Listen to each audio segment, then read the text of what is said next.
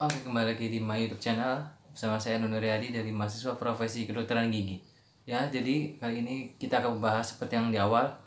Kalian pernah nggak sih sakit gigi? Nah, itu sakit gigi itu menurut kalian itu seperti apa?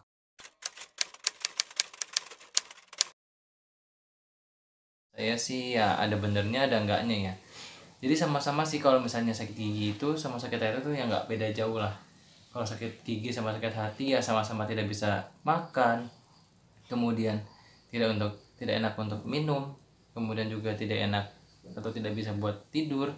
Bahkan kalau sakit gigi itu mendengar suara bising seperti tokek, nggak dibercanda. Yang penting itu kalau misalnya sakit gigi itu tidak enak sekali ya. Kalian tahu nggak sih sakit gigi itu karena apa?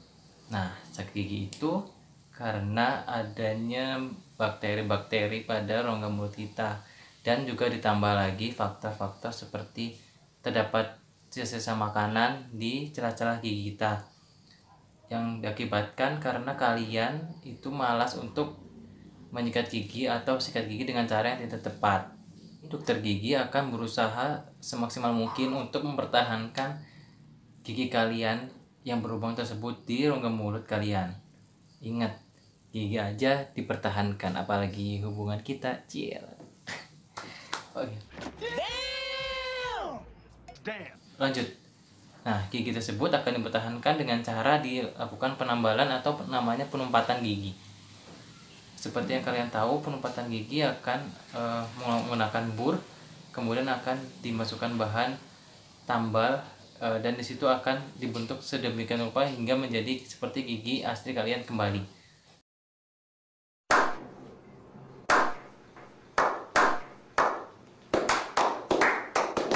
Namun, memeriksakan gigi kalian itu telat, gigi kalian itu bisa mati atau yang namanya non vital. Oh no! Dan tidak bisa dipertahankan lagi. Apabila gigi kalian tidak bisa dipertahankan lagi, maka salah satu caranya adalah dilakukan pencabutan gigi. Pencabutan gigi. Pencabutan gigi. Iya, pencabutan gigi.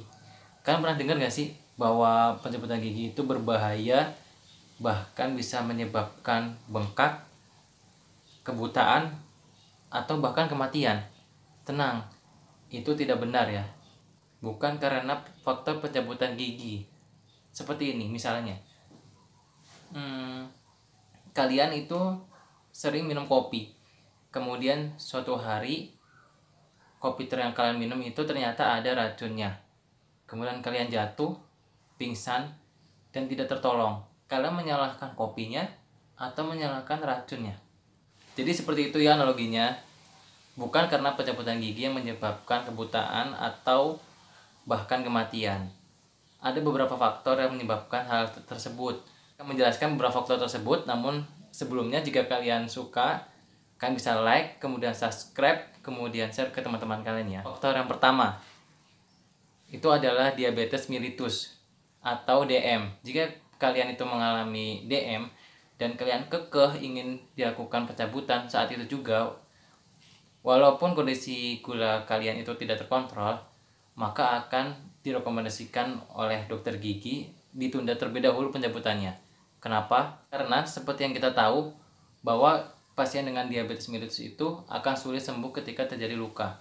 Sedangkan pencabutan gigi otomatis akan melukai gusi kalian dan menyebabkan perdarahan. Dikhawatirkan pendarahan tersebut itu tidak atau sulit untuk akan sembuh.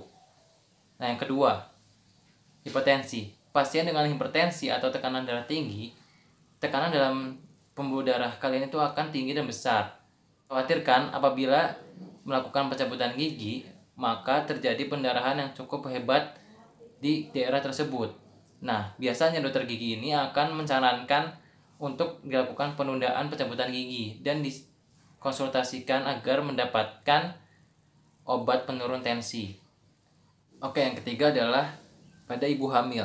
Ibu hamil pada trimester pertama dan trimester ketiga itu akan berbahaya apabila dilakukan pencabutan gigi, karena obat anestesi atau obat bius dan obat-obatan yang diberikan setelah pencabutan gigi itu akan mengganggu perkembangan organ dari sang bayi dan dapat berbahaya bagi sang ibu. Nah, yang keempat yaitu adalah orang dengan penyakit kanker dan sedang diobati kemoterapi. Di sini akan dikonsultasikan dilakukan penundaan penjemputan gigi hingga beberapa bulan ke depan. Nah, selanjutnya adalah jika terjadi pembengkakan dan dirasa gigi kalian itu sedang sakit-sakitnya. Di sini dilakukan penundaan cabut gigi ya. Kenapa? Karena obat anestesia atau obat bius yang diberikan itu tidak akan berpengaruh terhadap saraf-sarafan kalian. Nah, maka dapat menyebabkan sakit ketika dilakukan pencabutan. Kemudian apabila dilakukan pencabutan, bakteri-bakteri daerah tersebut akan menyebar melalui pembuluh darah ke daerah lain, bisa melalui mata, bisa kemudian ke hidung, ke tenggorokan, dan lain-lain. Itu berbahaya jika tetap dilakukan ketika sedang sakit. Biasanya dokter gigi akan menyarankan memberikan obat kepada kalian berupa antibiotik. Masih banyak keadaan sistemik kalian yang harus dipertimbangkan oleh dokter gigi ketika hendak dilakukan pencabutan gigi.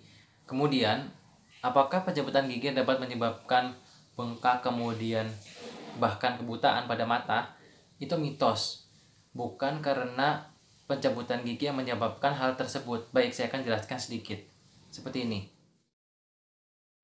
Persarafan pada gigi gerigi itu berasal dari nervus atau saraf yang namanya trigeminus.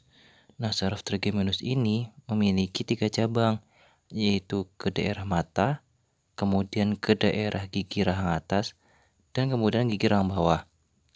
Nah, di sini untuk saraf ke bagian rahang atas dan juga mata itu sangat jauh ya teman-teman.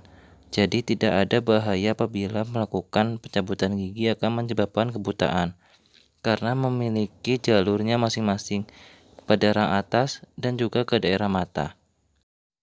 Jadi, apabila terjadi pembengkakan pada daerah sekitar mata, pipi, kemudian bahkan kebutaan, itu bisa saja karena infeksi sekunder sebelum atau sesudah pencabutan. Bisa dari hidung, kemudian dari mata itu sendiri, bahkan itu dari gigi. Tapi bukan karena pencabutan gigi.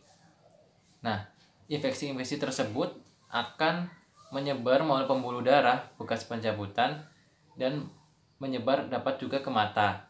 Nah, itu dapat terjadi karena kalian tidak kooperatif. Pasien yang kooperatif dan mengikuti saran dokter setelah melakukan pencabutan, itu tidak akan terjadi hal demikian. Jangan ada lagi ya kalian takut ke dokter gigi karena hal-hal demikian. Nah, untuk sekarang masa pandemik, boleh nggak sih pencabutan gigi? Ini menjadi polemik dari semua masyarakat ya.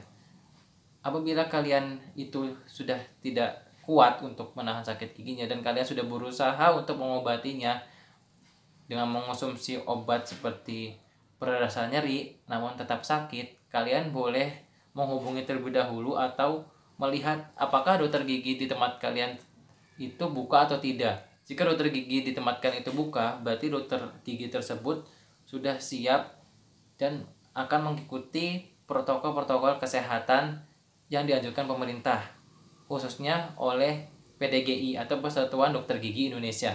Misalnya saja jaga jarak, kemudian sterilisasi alat dan kursi pemeriksaannya. Jadi setiap pasien itu akan dibersihkan terlebih dahulu. Nah, juga bisa juga kalian dengan melakukan jadwal. Jadi biasanya dokter gigi itu ada jadwalnya. Jadi kalian antar pasien itu tidak saling ketemu. Misalnya kalian jam 6, kemudian jam 6 sore maksud saya. Dan kemudian pasien selanjutnya itu bisa saja jam 7 atau setengah 7. Jadi sudah direncanakan sebelumnya. Mengurangi resiko terpaparnya COVID-19. Oke, jadi sekian itu dulu dari saya. Nanti saya akan bahas lebih lanjut tentang pencabutan gigi atau materi lainnya.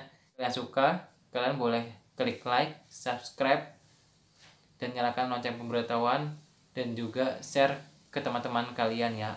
Juga apabila kalian memiliki topik yang ingin dibahas, boleh langsung komentar di bawah sini. Nanti saya akan bahas di video-video selanjutnya. Sampai jumpa. Body, I'm an icon, man. I'm a girl about a 10. I should fuck her in a bed.